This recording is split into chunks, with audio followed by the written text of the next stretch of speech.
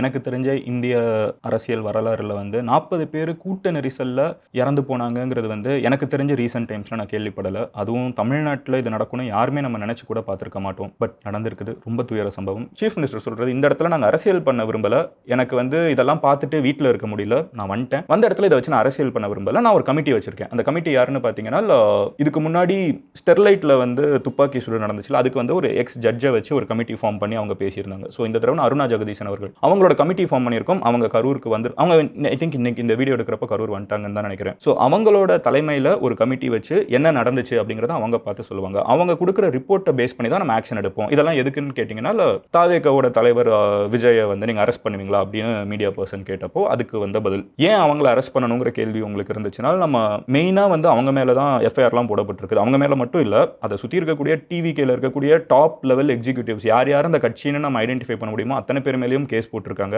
இதுக்கு முன்னாடி அல்லு அர்ஜுன், அங்கே நம்ம ஹைதராபாத் தெரியும், அந்த ஒரு இடத்துல அல்லு அர்ஜுனை வந்து ஐ திங்க் ஒரு நாள் அரெஸ்ட் பண்ணி அடுத்த நாள் காலையில் விட்டாங்க. அது ஒரு பெரிய பேசு பொருளாக இந்தியா ஃபுல்லாக பேசப்பட்டுச்சு அல்லு அர்ஜுன். ஏன்னா அது காரணம் வந்து கூட்ட நெரிசலில் ஒருத்தங்க இறந்துட்டாங்க, இவங்க பெர்மிஷன் கேட்காம வந்துட்டாங்க, அவங்க பதிலுக்கு இல்லை நாங்கள் பெர்மிஷன் கேட்டோம், கேட்டதுக்கப்புறம் அவங்க பெர்மிஷன் கொடுக்கல. அந்த ரெண்டு சைடுமே வந்து என்னதான் நடந்துச்சு, பெர்மிஷன் கேட்டாங்களா கேட்கலையா அப்படிங்கிறது வந்து அந்த கேஸ் எல்லாம் மொத்தமாக முடிகிறப்ப தான் தெரியும். ஏன்னா இதெல்லாம் கேஸாக இன்னும் போயிட்டு இருக்குது, நம்ம இப்போவே வந்து ஜட்ஜ் பண்ண முடியாது. ஸோ இந்த இடத்துல சொல்லப்படுறது என்னன்னா, இவங்களும் வந்து சீஃப் மினிஸ்டர் வந்து நேற்றுக்கு நைட்டே போய் பார்த்து அப்புறம் இறந்தவங்களோட வீட்டுக்கெல்லாம் போயிருக்காங்க.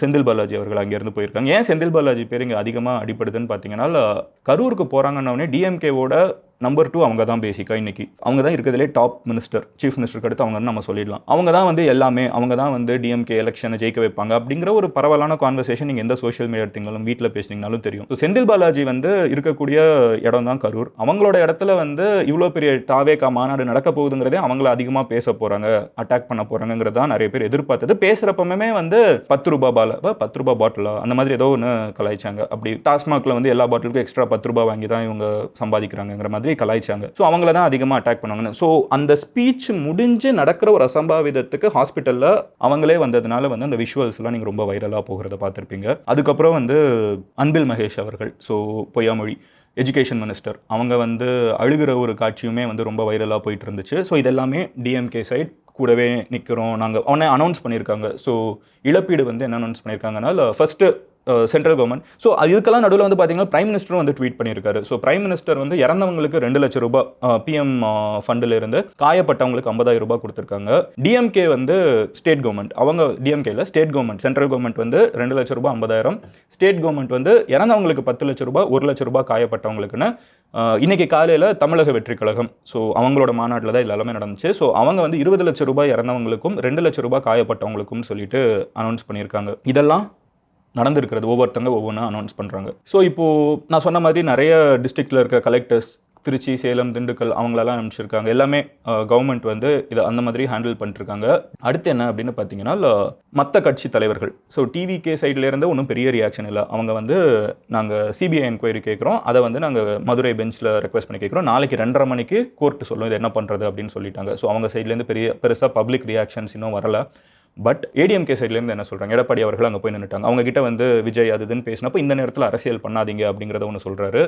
அப்புறம் அட் த சேம், ஏன்னா அவங்களையும் அட்டாக் பண்ணியிருக்காங்க நேற்றுக்கு பேசுகிறப்போ, அவங்களையும் வந்து இவங்க பிஜேபியோட இருக்கிறது தப்புன்னு பேசினதுனால அவங்க எப்படி ரியாக்ட் பண்ணுறாங்கிறது ஒரு முக்கியமான விஷயம். எடப்பாடி அவர்கள் என்ன சொல்கிறாங்கன்னா, இந்த நேரத்தில் அரசியல் பண்ண விரும்பலை, பட் இதுக்கு காரணம் யாருன்னு நீங்கள் யோசிச்சு பார்த்தீங்கன்னா, சீஃப் மினிஸ்டர் தான் ப்ரொடெக்ஷன் கொடுத்துருக்கணும்.